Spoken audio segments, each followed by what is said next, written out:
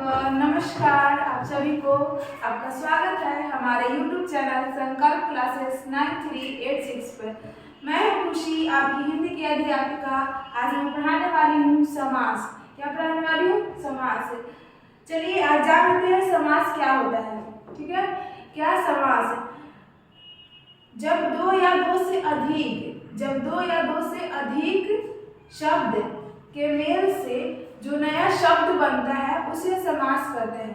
जब दो या दो से अधिक शब्द मिलकर एक नए शब्द का निर्माण करते हैं उसे समास कहते हैं। ठीक है, एग्जाम्पल में हो गया आपका राजा का पुत्र। क्या? राजा का पुत्र, राजा का पुत्र, राजपुत्र। ठीक है, चलिए ज्यादा टाइम वेस्ट नहीं करते हैं, क्वेश्चन लेते हैं। ये सब आपके क्वेश्चन एग्जाम में जरूर पूछे जाएंगे। समास जानिए कि समास क्या होता है। समास के कितने भेद होते हैं? समास के कितने भेद होते हैं? समास के 6 भेद होते हैं। कितने? समास के 6 भेद होते हैं। कौन कौन से होते हैं? पहला है तत्पुरुष समास, दूसरा आपका होगा व्रीहि समास, तीसरा आपका होगा अभिअभी भाव समास, चौथा द्वंद्व समास, पांचवा आपका हो जाएगा कर्मधारय समास और छठा आपका हो जाएगा द्विगु समास। क्या होगा? द्विगु। ये 6 आपके क्वेश्चन इसके रिलेटिव आपके क्वेश्चन पूछे जाएंगे। ये सब क्वेश्चन आपको समास के बारे में बता दिए, समास कितने प्रकार के होते हैं वो भी बता दिए। अब चलिए क्वेश्चन पे आते हैं। एक से क्वेश्चन है वो सब पढ़ लीजिएगा और पढ़ते में आप कॉपी और पेन रखिएगा। जो समझ में ना आए वो अपने कॉपी पे नोट कर लीजिएगा। चलिए क्वेश्चन पे देखते हैं क्या है। यथाशक्ति में कौन सा समास है? क्या पूछ रहा है? यथाशक्ति में कौन सा समास है? पहला प्रश्न आपका पूछा है, 4 विकल्प आपका दिया हुआ है। पहला विकल्प है कर्मधारय। क्या है? कर्मधारय। और दूसरा आपका दिया हुआ है बहुव्रीहि। क्या है? बहुव्रीहि। और तीसरा आपका दिया हुआ है द्वंद्व समास और चौथा आपका दिया हुआ है अभिअभी भाव समास। ठीक है, आपका यथाशक्ति मतलब होता है शक्ति के अनुसार। यथाशक्ति मतलब होता है शक्ति के अनुसार।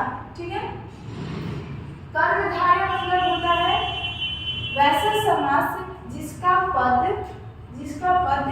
प्रधानता होता है। क्या? ऐसा समास जिसका पद प्रधानता होता है, एक पद प्रधानता होता है उसे कर्मधारय समास कहते हैं। ठीक है, दूसरा आपका दिया हुआ बहुव्रीहि समास। क्या है? बहुव्रीहि समास वैसा समास जिसका पद प्रधानता ना हो। क्या?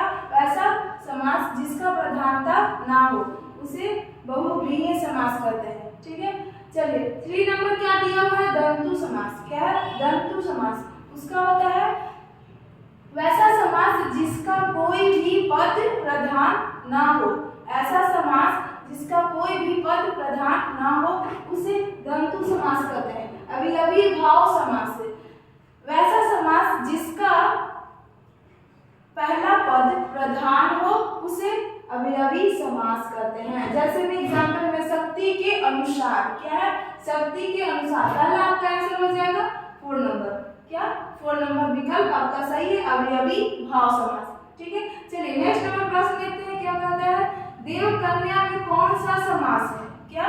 देव कन्या में कौन सा समास है?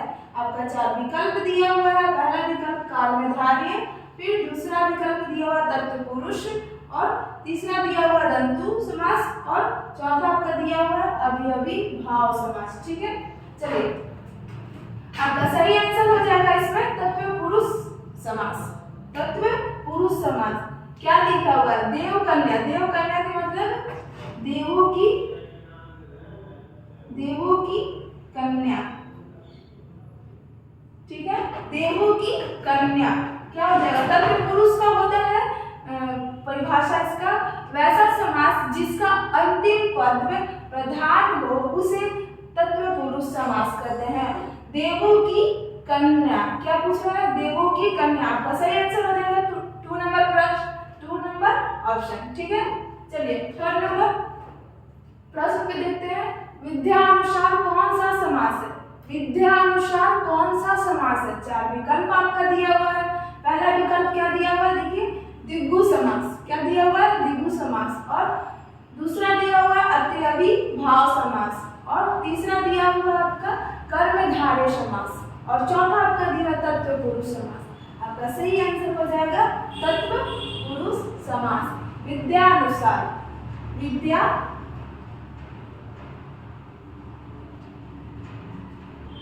के अनुसार, ठीक है। क्या हो जाएगा, विद्या के अनुसार आपका इसका अर्थ होगा, ठीक है। इसका ऑप्शन नंबर कितना हो जाएगा, 4, ठीक है।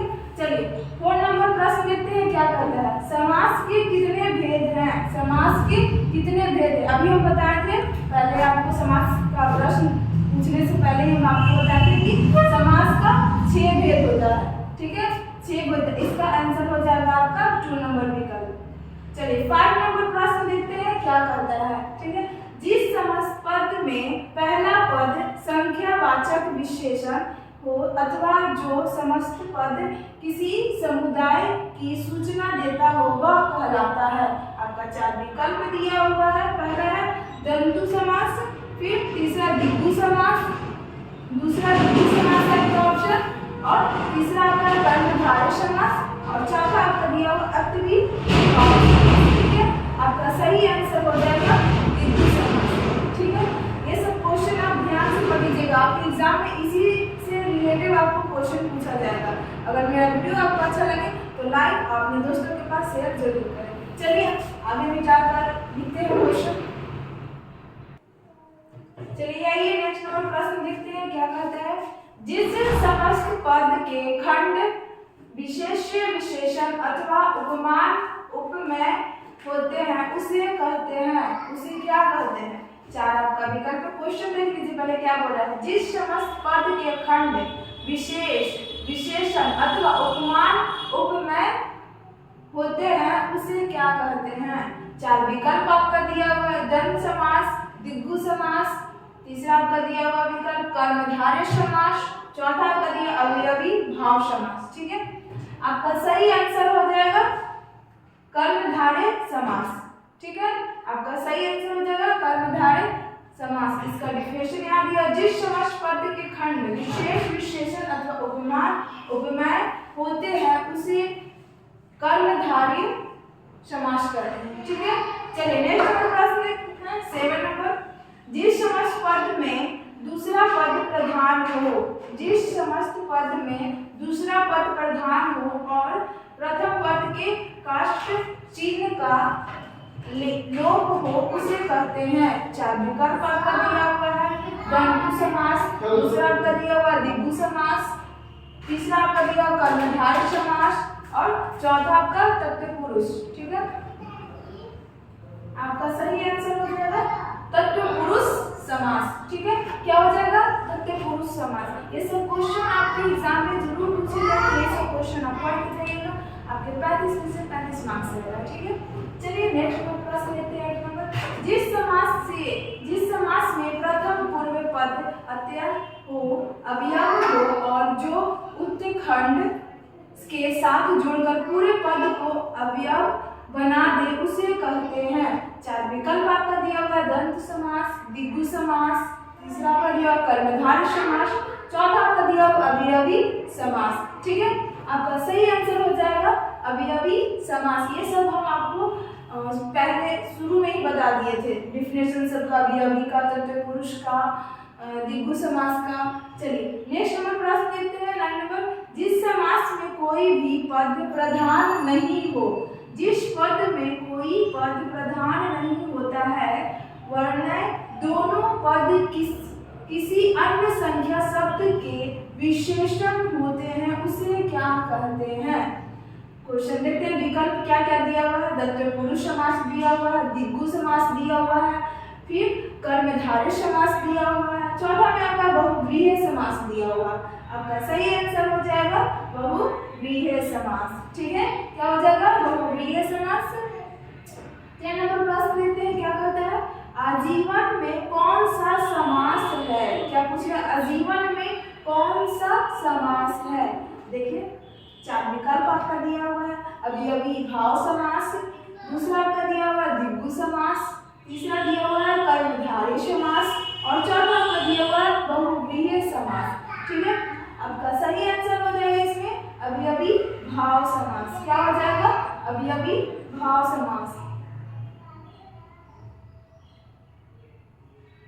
क्या हो जाएगा? अवयवी भाव समास। ठीक है, ये सब क्वेश्चन आप जरूर पढ़िएगा और मेरे वीडियो को लाइक, कमेंट और शेयर जरूर करिए। चलिए नेक्स्ट नंबर प्रश्न देखते हैं। ज्यादातर मेरे पास डिजिटल बोर्ड तो नहीं है, पर आप लोगों के पास शायद डिजिटल बोर्ड आ जाएगा। ठीक है, चलिए हम जाकर आगे बढ़ते हैं।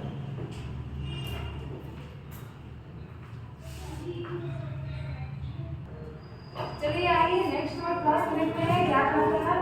पहला प्रश्न आपका 11 नंबर प्रश्न है। क्या कह रहा है? जन्मार्थ। क्या है? जन्मार्थ में कौन सा समास है? चार विकल्प आपका दिया हुआ है। पहला है संबंध तत्पुरुष, दूसरा आपका दिया हुआ विकल्प कर्म तत्पुरुष और तीसरा आपका दिया हुआ कर्म तत्पुरुष और चौथा आपका दिया हुआ अपदान तत्पुरुष। ठीक है, आपका सही आंसर हो जाएगा इसमें अपदान तत्पुरुष। इसका मतलब होता है जन्म से अंधा। क्या है इसका मतलब? जन्म से अंधा। आपका सही विकल्प हो जाएगा अपदा तत्पुरुष। चलिए नेक्स्ट प्रश्न देखते हैं 12 का। राजा रानी में कौन सा समास है? राजा और रानी में कौन सा समास है? आपका चार विकल्प दिया हुआ है। पहला विकल्प दिया अभिवयी भाव समास, दूसरा आपका दिया हुआ है द्विगु समास और तीसरा दिया हुआ है तत्पुरुष समास। ठीक है, जल्दी जल्दी बोले तो उसमें थोड़ा सा जबान फिसल जा रहा है। तो अभिवयी भाव समास, दूसरा आपका दिया हुआ है द्विगु समास और तीसरा तत्पुरुष समास और चौथा आपका दिया हुआ है द्वंद्व समास। ठीक है, आपका रानी और रानी राजा और रानी क्या हो जाएगा? राजा और रानी। आपका इसका सही हो जाएगा आंसर दंत समास। क्या हो जाएगा? दंत समास। ऑप्शन नंबर 4 आपका सही आंसर हो जाएगा। ठीक है, चलिए नेक्स्ट नंबर प्रश्न देखते हैं क्या करते हैं। देशभक्ति में कौन सा समास होता है? देशभक्ति में कौन सा समास होता है? देश के लिए भक्ति, इसका मतलब होता है अत्ययी भाव समास, दूसरा आपका दिया हुआ है द्विगु समास, तीसरा आपका दिया हुआ है क्या? देखिए तत्पुरुष समास। क्या है? तत्पुरुष समास। और 4 नंबर विकल्प आपका दिया हुआ है बहुव्रीहि समास। ठीक है, आपका सही आंसर हो जाएगा इसमें तत्पुरुष समास। ठीक है, क्या हो जाएगा? तत्पुरुष समास। चलिए 14 नंबर क्वेश्चन देखते हैं। वेद पुराण में कौन सा समास है? वेद पुराण में कौन सा समास है? आपका चार विकल्प दिया हुआ है। पहले देख लीजिए अवयवी भाव समास, दूसरा दिया हुआ है द्विगु समास, तीसरा आपका दिया हुआ है तत्पुरुष समास और चौथा आपका दिया हुआ है द्वंद्व समास। ठीक है, आपका इसमें वेद पुराण मतलब वेद और पुराण। क्या हो जाएगा? वेद और पुराण। ठीक है, इसका सही आंसर आपका हो जाएगा दंत समास।